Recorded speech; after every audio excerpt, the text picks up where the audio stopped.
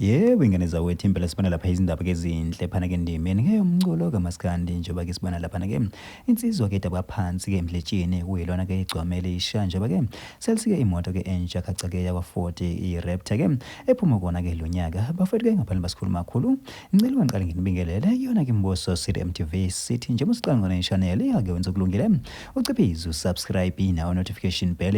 ozithola zonke izindaba eshisayo nazo-ke zithrendayo.